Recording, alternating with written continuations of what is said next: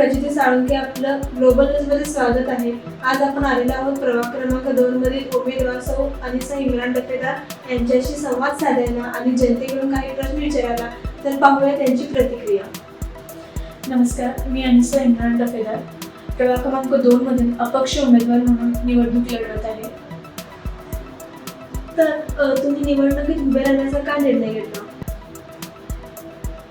माझ्या प्रभागात असणाऱ्या लोकांच्या समस्या सोडून त्या प्रत्यक्ष सोडून विकासाची नवी सुरुवात करावी असं माझी स्वतःची इच्छा होती व तसेच माझ्या घरातील सर्व कुटुंबीय माझ्यासोबत आहेत.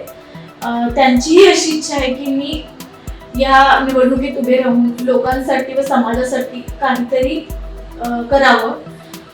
त्यामुळे मी निवडणुकीत उभा राहण्याचा निर्णय घेतला. जनतेच्या समस्या ऐकून घेण्यासाठी किंवा जनताची तक्रार करणार त्यासाठी तुमच्याकडे काही व्यवस्था असेल का? हो, जनतेची समस्या ऐकून घेण्यासाठी एक वेगळी व्यवस्था असेल. जनता दरबार भरवला जाईल.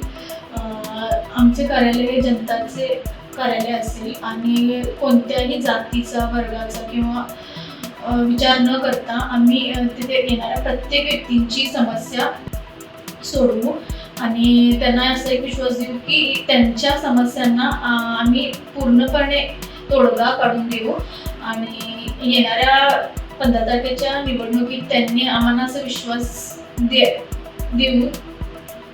तुम्ही निवडून आला, तुमच्या भागात कोणकोणते विकास करणार आहात?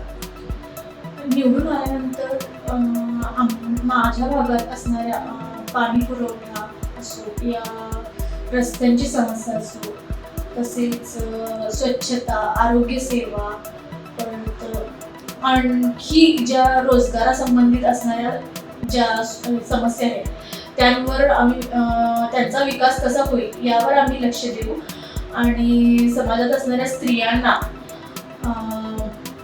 कशा प्रकारे त्यांच्या समस्या सोडवून त्यांना समाजात एक दर्जेचं स्थान मिळवून देऊ याच्यावर आम्ही प्रयत्न करेन आणि समाजात असणाऱ्या महिलांना रोजगार प्राप्ती कशा लवकर होतील याच्यावरही आम्ही काम करू आणि शासनाकडून येणाऱ्या योजनांचा पाठपुरावा समाजाकडे कसा लवकरात लवकर होईल यावरही आम्ही काम करू. येणाऱ्या 15 तारखेच्या निवडणुकीत जनतेने त्यांच्या आशीर्वादानं आणि त्यांच्या मतदानातून आम्हाला विजयी करून आणावं हीच माझी विनंती.